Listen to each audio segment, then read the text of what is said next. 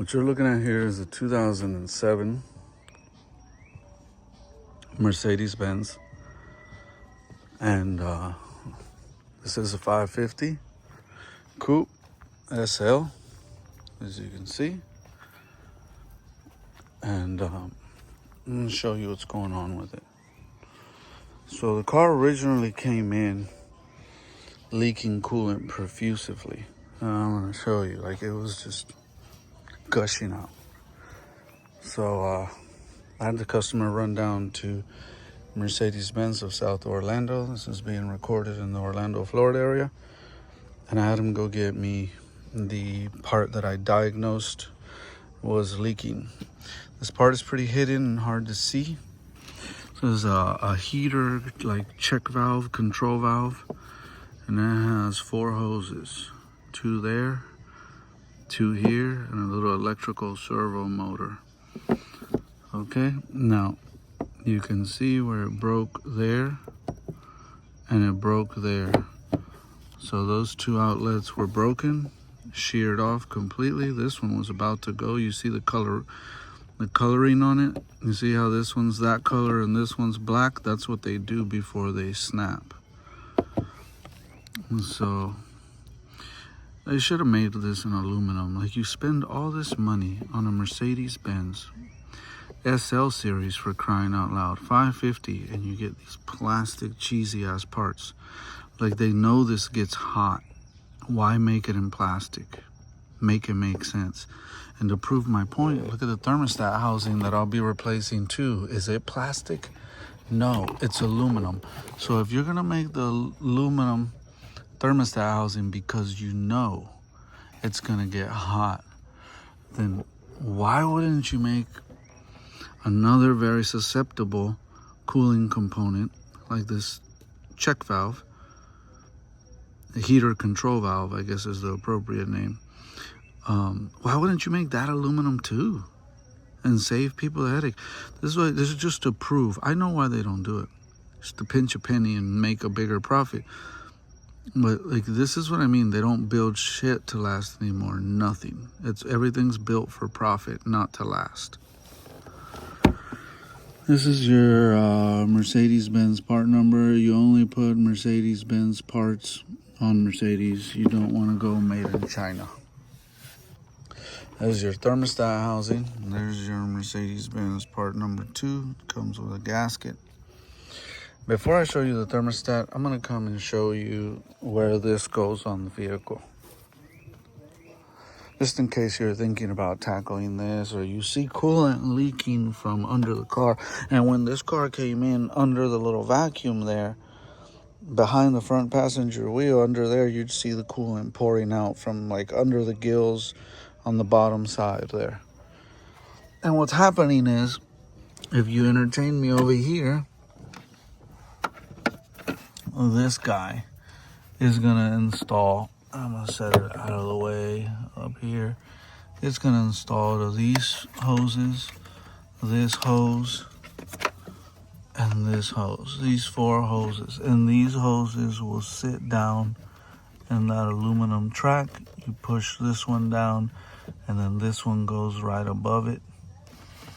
And this one will come in, and this one will loop around. And then you have your little electrical plug for it. And on video, do not be deceived. Senior technician, master certified, many years doing this. I make it look easy on video, but in reality, this is a bear. You gotta have a lot of patience, a lot of experience. It's a tight space. You're gonna break stuff. Everything is plastic and fragile and old. This is a 2007. You understand what I'm saying? It's like, what, it's 2 decades old. And then you gotta get in here and take this heat shield out from here to have access. You gotta take your windshield wiper arms out, the cowl for the wipers. You gotta take this box out. There was a lot of coolant and water down in there that had to be sucked up. This is a good time also to clean all your drainage ports. Like, this is a drainage port for water to drain out through, and they're usually full of leaves and things like that. You also have another drainage port down here that you want to take time to clean. If you look in there, there's your blower motor, and while you have access to here, you want to kind of reach your hand in there and spin it and make sure that that feels good, doesn't make weird noises or have any big chunks or debris that shouldn't be in there. You want to be thorough with all those type of things. You want to inspect these hoses well for any cracks or leaks. You want to make sure that they are very flexible and soft and squishy, that they are not dry and hardened, that they're all very still full of life, very malleable, like easy to maneuver and mess with. And you're gonna take your battery tray out here. It's all for just the heater control valve. So you have an auxiliary battery here that you're gonna take out. And as you can see, I have it on a little block of wood. You never ever set a battery on the ground. The coldness of the ground is draining the battery while it's sitting there. This is your battery tray. It's not fun to get to the bottom bolts and the side bolts that hide everywhere. You have to kind of go in from that angle right there to get that out. You have all kind of bolts hiding everywhere on this guy to be able to get that battery tray out. This is the cover for the HVAC box, and that's a cover that sits on top. You got your bolts. Here's your wiper arms, your basic engine cover.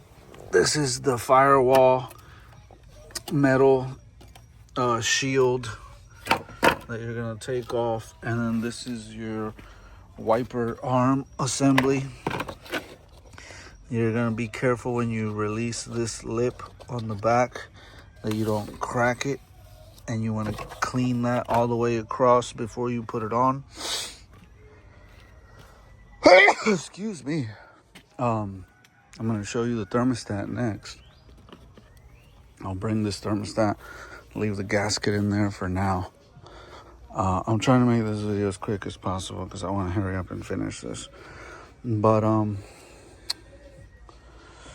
what am I looking for here? This is the new thermostat. There's the old one down there. Let me reach and grab it.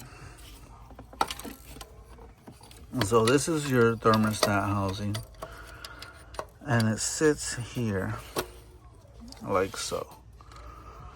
And it looks easy, right? 1, 2, 3, in and out, done? Yeah, right, you wish.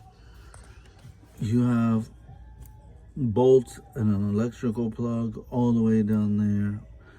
And you have pulleys that are in the way. It sits in this position like so. And you have this pulley that sits right here, and that pulley robs you of the ability to get to the bottom bolt on the thermostat housing, so the pulley needs to come out to access the bottom bolt. The serpentine belt comes straight across it, so that's in the way, so you need to remove that serpentine belt. To move the serpentine belt, you have a bracket right here, and this bracket is attached to this line, so I have it zip tied up against the fan to give myself room so that my tensioner ratchet has room to go back without the bracket interfering or the line. So that gives me the clearance to take the serpentine belt tensioner all the way back as I should. I always try to be thorough and spin the other pulleys to hear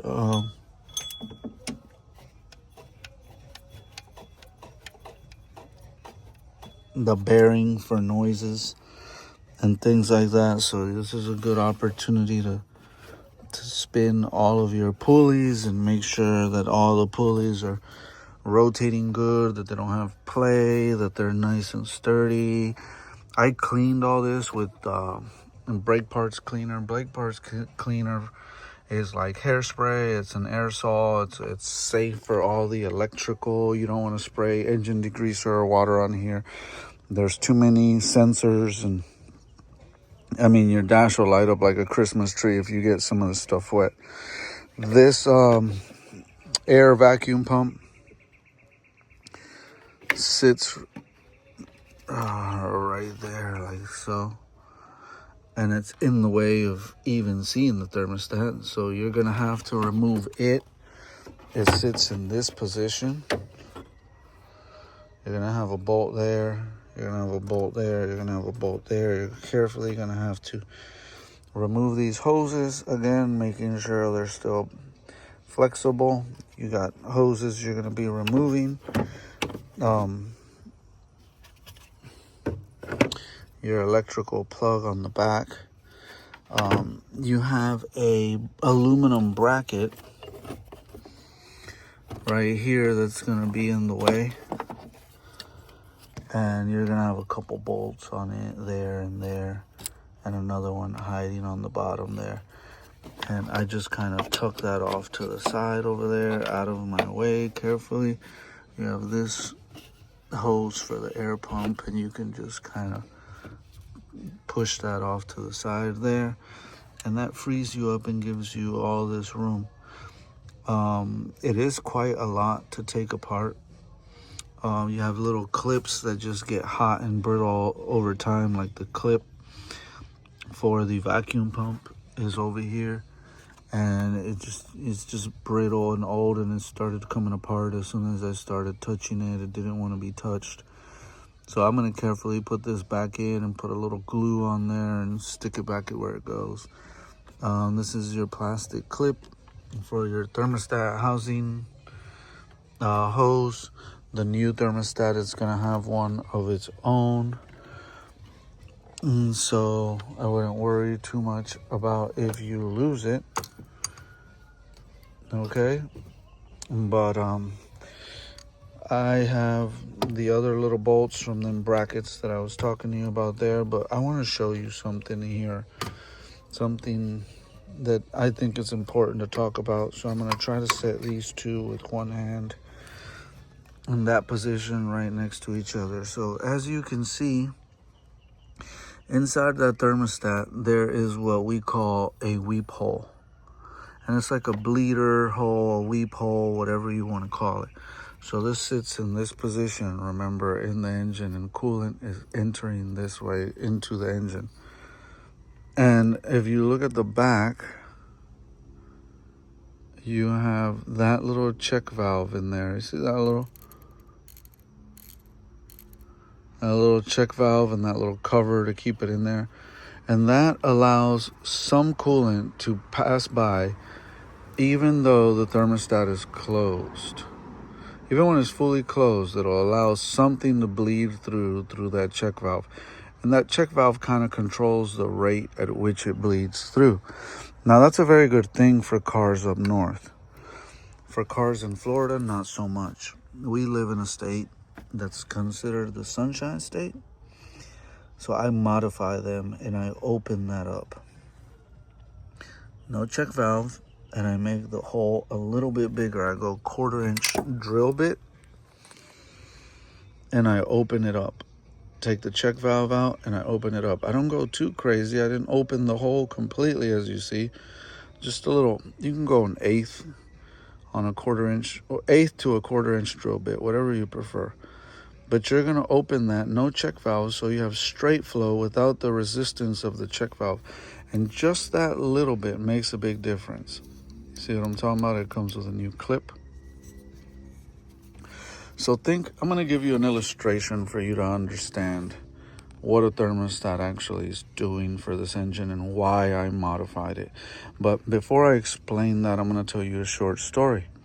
And I'll make it quick, like I said. I used to have a BMW and M3, and I used to take it down to the racetrack to do circuit runs overs down in South Florida. Homestead area, they have a track down there, and Sebring. And I used to go down there and I'd run a couple laps and I'd start getting hot after a couple laps. And then this old Cuban guy out there was like, oh, They're starting to creep up after a couple laps, right? And he's like, yeah. He's like, what kind of thermostat you got in there? At what temperature does it open? And we start talking, right? And I pulled my thermostat. I let him look at it. He inspected it. And next thing I know, he deleted that check valve and opened the hole up a little better and told me to run it. And I'd do a couple laps and I wouldn't get hot no more. And I started asking him, and then he explained the theory.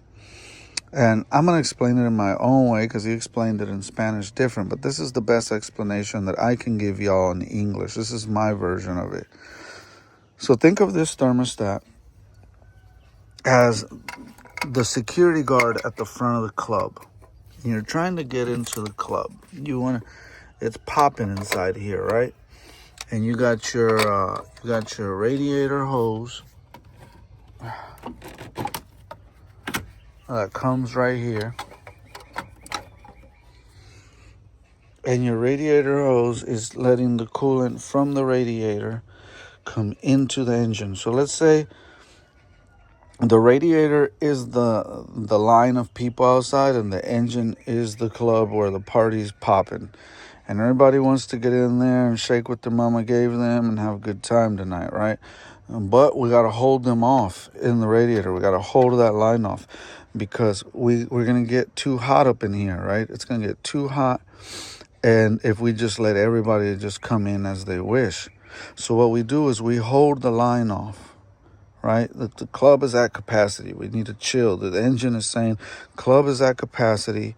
You need to hold that off over there.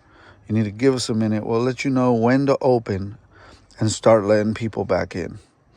So you have the fins. You probably can't see them too good on this radiator. But you have your fins on the front of the AC condenser radiator, and air is coming in through there. Now, when the cars are moving, they put fans on some cars they pull, some they push air, but some cars have both, a push and a puller on the fan system, one electric, one mechanical, both electric, all different kind of cars. But these cars will have a fan to simulate air movement when the car really isn't moving.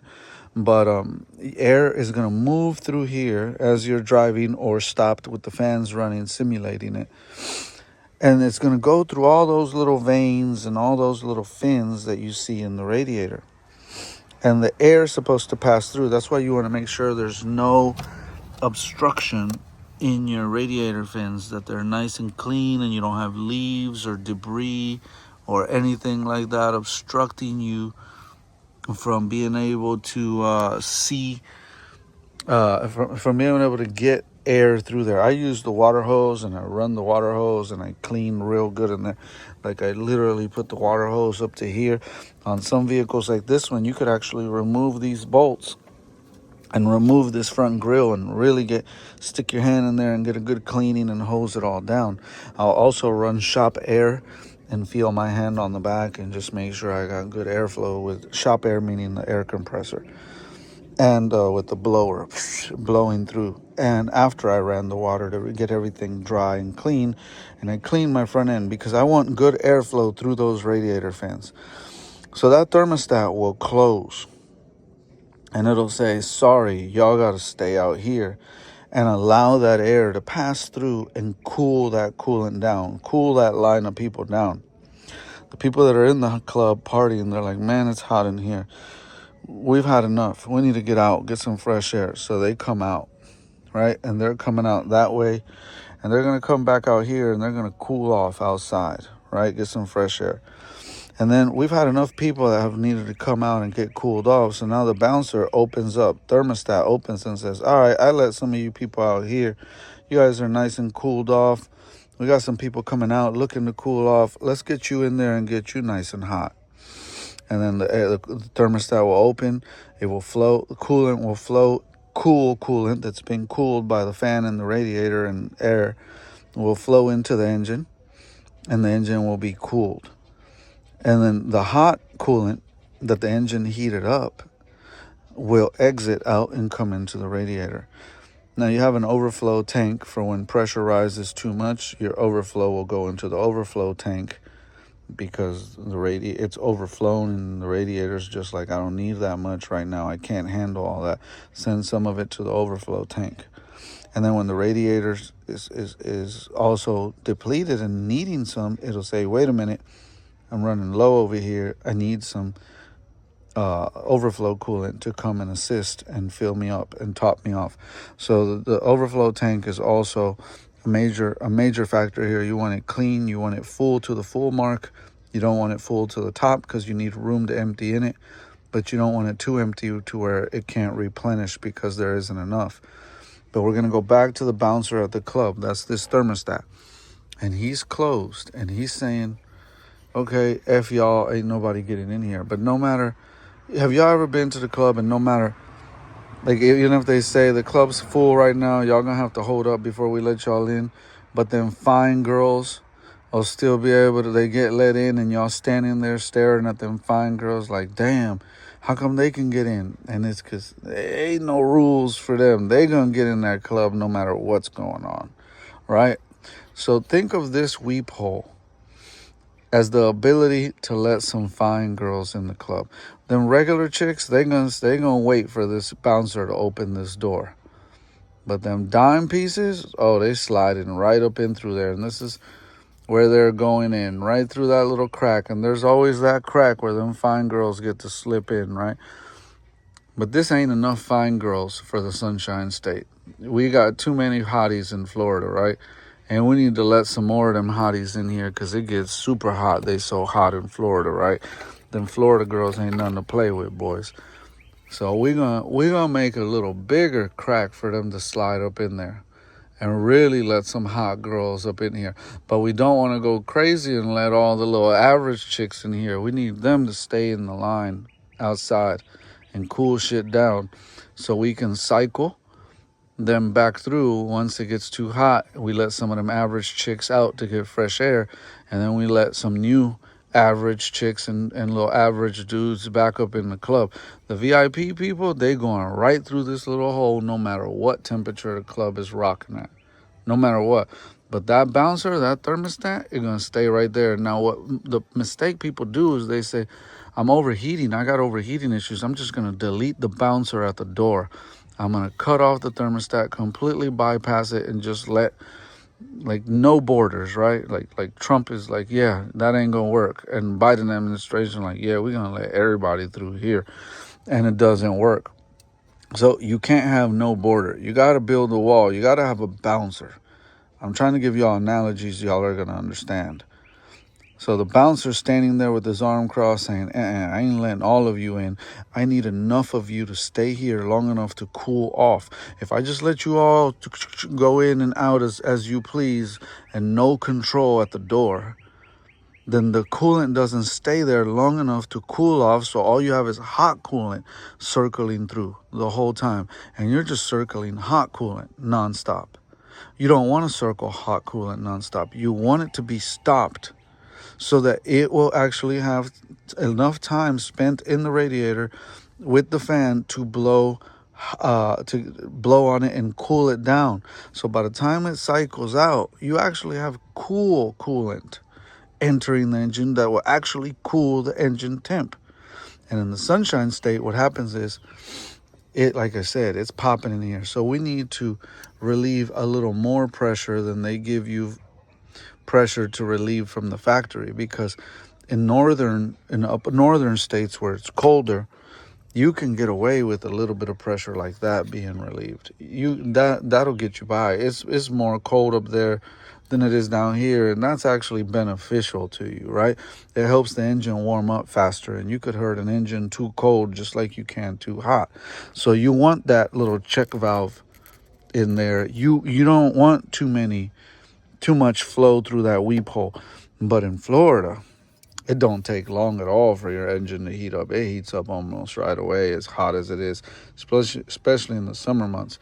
So it also allows the cooling system to never really reach full pressure, because there's always some kind of a relief flow through that vent hole. Now, is this a race car? Is this going to go to Sebring and run hot laps? I honestly don't think so. This is more of a look at me, nice little coupe to run around town in. But that doesn't mean that we don't live in the Sunshine State, that we're not overpopulated, because the Democrats ran everything like garbage. and had everybody and their mama move to Florida during this little pandemic of theirs. And now we're overpopulated, sitting in traffic, and people are literally starting don't move to Florida movements, because we're getting they're building new houses, apartments everywhere you look, tearing everything down. Everybody and their mama moved here. So now you sit in traffic a lot more than you used to. And this nice little Mercedes is going to run hotter because it's not going to be moving as much. It's going to be stopping more than it is going to be moving. Everywhere it's going to try to go. In this hot summer months, which is pretty much, here we don't have spring or fall. We just have summer and like 2 to 3 months of a little bit of cold. And our winter is like y'all's spring. Y'all's fall, sorry. And the point is, so you always want some kind of a relief, no matter what, flowing through because of our climate here. And this is going to help the cooling system not run at full pressure, always get some fine chicks up in the club. And it's just going to take a load off of the system. And keep in mind, I was just complaining about how they should have made that part aluminum instead of plastic, the control valve, the heater control valve. And they don't make it aluminum because they cut cost, right? So they make it plastic, and you see what happened to the older one. So if I can relieve pressure at the door, then the heater control valve, hence the word heater control, look at his name, that's what it does. It controls the heat process of hot coolant going through to come out the vents to aid in your heating process through the heater core behind the dash. And it's getting a lot of hot coolant coming out. So not all of the coolant that's hot is immediately circled to the front radiator. That's another process, and I could make this video really long getting into how the heater core process of it works. But just briefly going to say some of the hot coolant coming out of the engine is redirected there through that heater control valve, and it's going through there pretty hot. That's why it disgusts me that they would make this aluminum and not that. Shame on you, Mercedes engineers. And they say Germans build top notch. Look, they built cool cars, but they cut corners too. Like, they're not God. They don't walk on water. People overpraise them too much, and these cars are honestly way overrated, in my opinion. Are they good cars? Of course. This isn't a Honda Civic. This isn't a Kia buy one, get one free. This is a damn good car. It's an SL550. But at the same time, like, it doesn't walk on water. It's not the holy grail, okay? And I say the same thing about a Porsche, about a BMW, about an Audi. Like none of these cars are perfect. They all cut corners. It's not just picking on Mercedes. Fun fact, Mercedes was the first car ever built. First ever. It wasn't Ford, it was Mercedes. Ford actually went to Europe to learn from the first Mercedes built, and then came back and built the first Ford. So this is literally the first car this company represents ever built. And they cut corners. Like, they're supposed to be the best, top notch, and they cut corners. So, like, it doesn't matter what you drive, your car company cut corners making your car. Nothing is built to last. So you want to do little things to try to help things. Does the customer know that I modified this thermostat? This is an OEM thermostat from Mercedes. But even then, I modified it. Why? Because of where we live in Florida. If this was an up north car, I wouldn't have done that. In Florida, I will. Now, I repeat, does this customer know that I modified that hole with no check valve in there anymore and much bigger? Does he know that? No, he doesn't. Does he honestly care? Probably not. But whoever ends up buying this car, because I'm working on this car for a guy that buys them to fix them and sell them, right? He's a flipper. Nothing wrong with that. Honest way to make a living. But these flipper guys honestly don't care. They just want you to make it work and so they can sell it. But whether they care or not, I care. I care about what I do. And I don't care if they care. I don't care if they appreciate it. I care. My name, my reputation goes on this. If this car overheats, let it be because the water pump failed or something else, not because I half-assed a thermostat or half-assed a heater control valve or half-assed anything I did on it. Whether I like these people or not, whether they like me or not, it's irrelevant. I'm going to dot the I's, cross the T's. I'm going to modify what needs to be modified. I'm going to not modify what doesn't need to be modified. You get what I'm saying? I'm going to do what's right for the car, regardless of the relationship for the customer. And this is what's right for this car. And you're talking to a master certified technician that knows what he's doing and is trying to explain it in layman terms, the best way you can, to give you a good mental, visual picture here of how this cooling system actually works and what's the reasoning for me actually doing that. Will most people watch the whole video and care enough to really understand? Probably not, but for the one or two that did, this video is for you. If you say you were the guy that was going to buy this Mercedes from them, and you're going to be driving it in Florida, in this traffic, in the Sunshine State, I just saved you all kind of future headaches. I extended the life of even the new plastic heater control valve and any other rubber hoses or all other kind of plastic hoses that would have been under more pressure. Coolant tanks that crack, you name it, everything cracks. Hose cracks, plastic cracks, everything cracks. The only thing that don't crack is plastic. But the point that I'm making is I just extended the longevity of all those parts by giving it just a little help and saying, I know you're going to live in Florida, my friend. I know that doesn't quite do enough for what you need out of this climate that you're going to have to live in. I'm going to give you just a little bit more. I ain't going to go crazy and cut the whole thing out. No, you wouldn't be able to serve your purpose. I need that bouncer at the door. I need a wall to protect the border, right? But I'm gonna still let a little more in than what they originally designed it in. Now, why don't they do it? I believe because they don't build cars for just Florida climate or different cars for Alaska or Canada or up northern climates where it's colder. They just build one car and it is what it is, and you figure it out. So if you live in the southern climate, if I lived in Phoenix and in Las Vegas in the desert in Florida, southern Texas is not as humid, but it's still hot. If I lived in any of these places, I would definitely be modifying that. If you live in any of the northern states, do not do this. Run like that. Now, if I lived in one of the northern states and I had I had a head gasket that wasn't blown, but it ran a little bit hot, and the head gasket was hurt. It wasn't blown. It wasn't mixing oil with coolant, and there's no chocolate milk happening, nothing like that. But it's like the engine's wanting to creep up on temperature, and it's a little bit hurt. I would honestly still do this if I lived up north, just to put a little relief on it and be able to drive it a little bit longer until I pull the heads off and replace the head gaskets and fix them correctly. This could be a good little band-aid to buy you some time.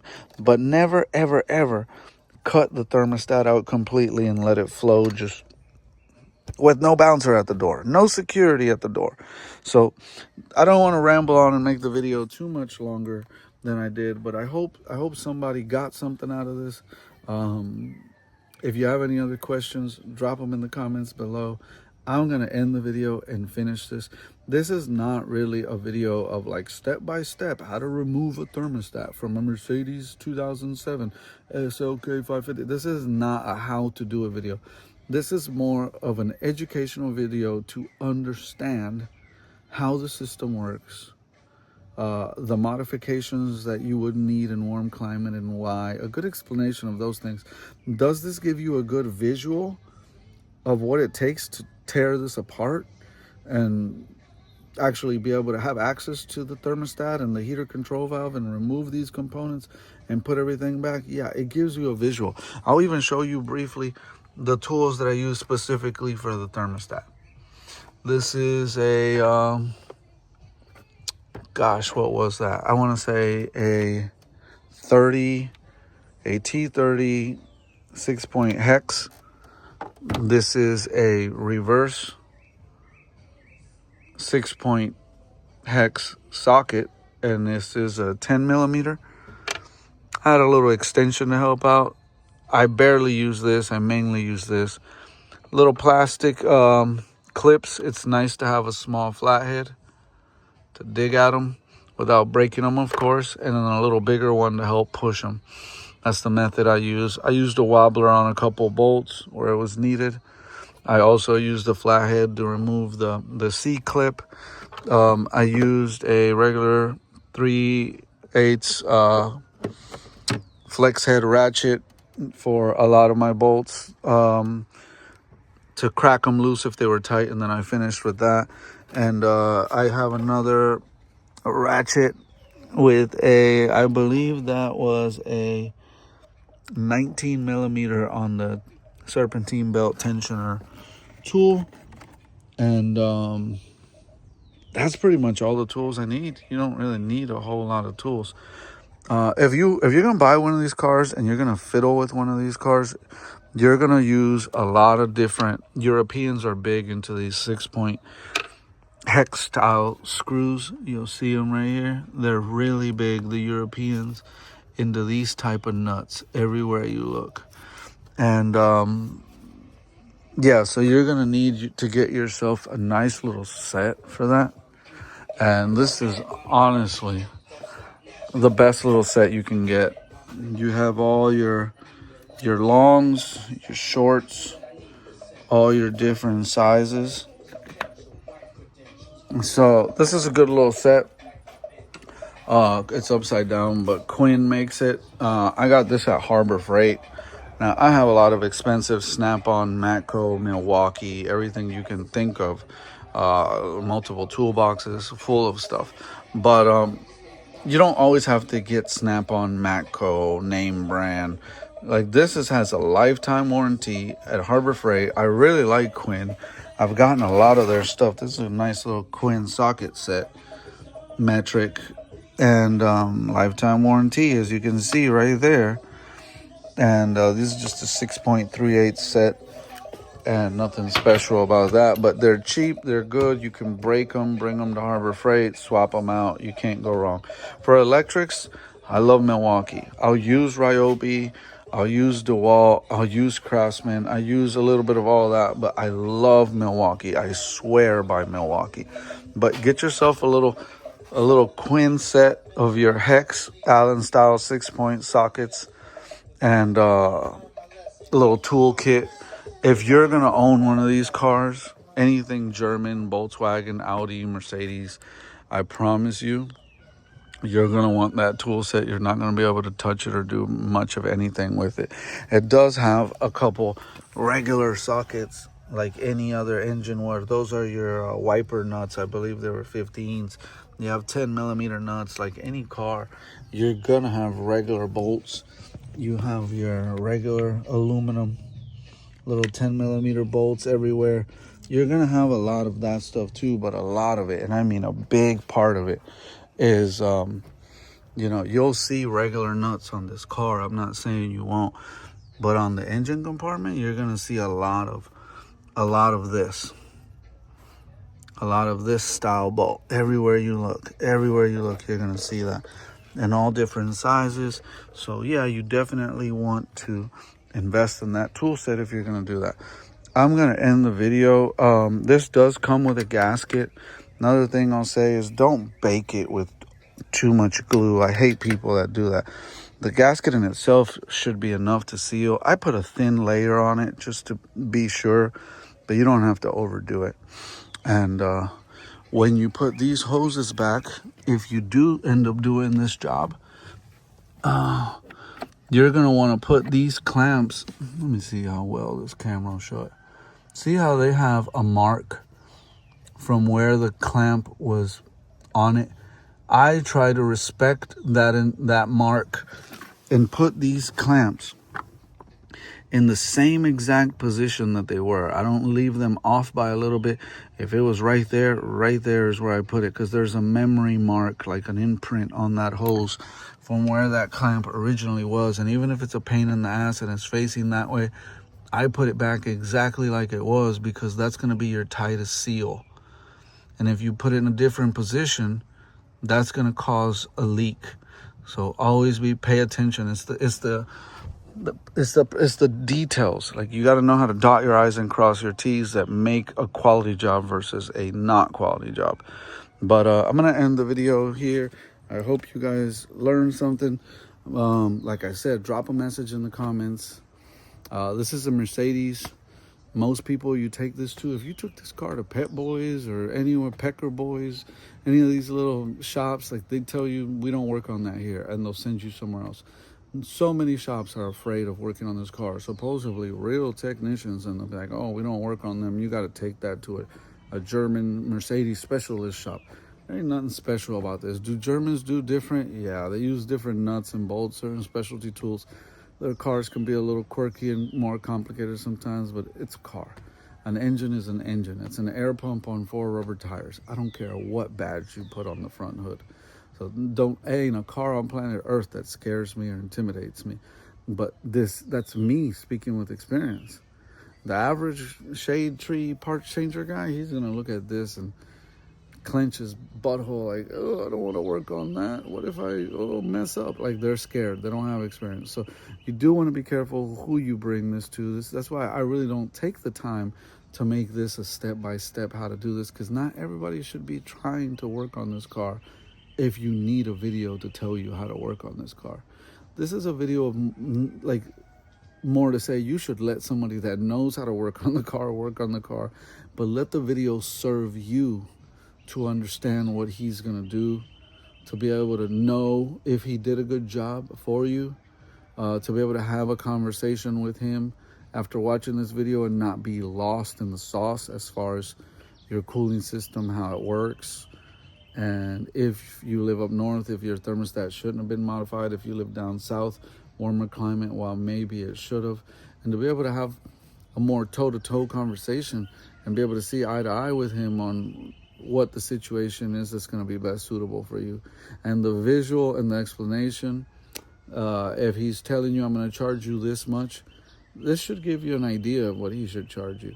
Now, I'm not going to tell you what I'm charging for this job, because I'm not charging these people what they should be paying. First of all, you can call around and get quotes where you live. It depends what state you live in, what you would pay for this job.